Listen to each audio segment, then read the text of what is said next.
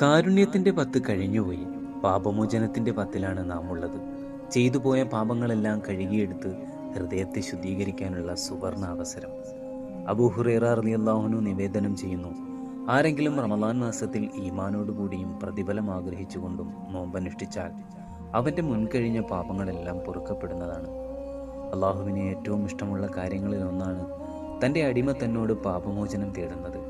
തീർച്ചയായും അള്ളാഹു പാപങ്ങളെ പുറത്തു കൊടുക്കുന്നവനാണ്. മുത്തുനബി സല്ലല്ലാഹു അലൈഹി വസല്ലമ തങ്ങൾ പറയുന്നു, ആദം സന്തതികൾ തെറ്റ് ചെയ്യുന്നവരാണ്. എന്നാൽ തെറ്റ് ചെയ്യുന്നവരിൽ ഏറ്റവും ഉത്തമർ പശ്ചാത്തപിച്ച് മടങ്ങുന്നവരുമാണ്.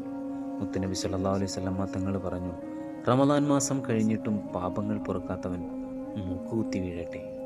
പാപങ്ങൾ പൊറുക്കപ്പെടുന്ന ഈ മാസത്തിൽ പാപങ്ങളെ കഴുകിക്കളഞ്ഞ് തെളിഞ്ഞ മനസ്സോടെ റബ്ബിലേക്കടുക്കാനും നന്മയിലായി ചിലവഴിക്കാനും നാഥൻ തൗഫീക്ക് നൽകട്ടെ.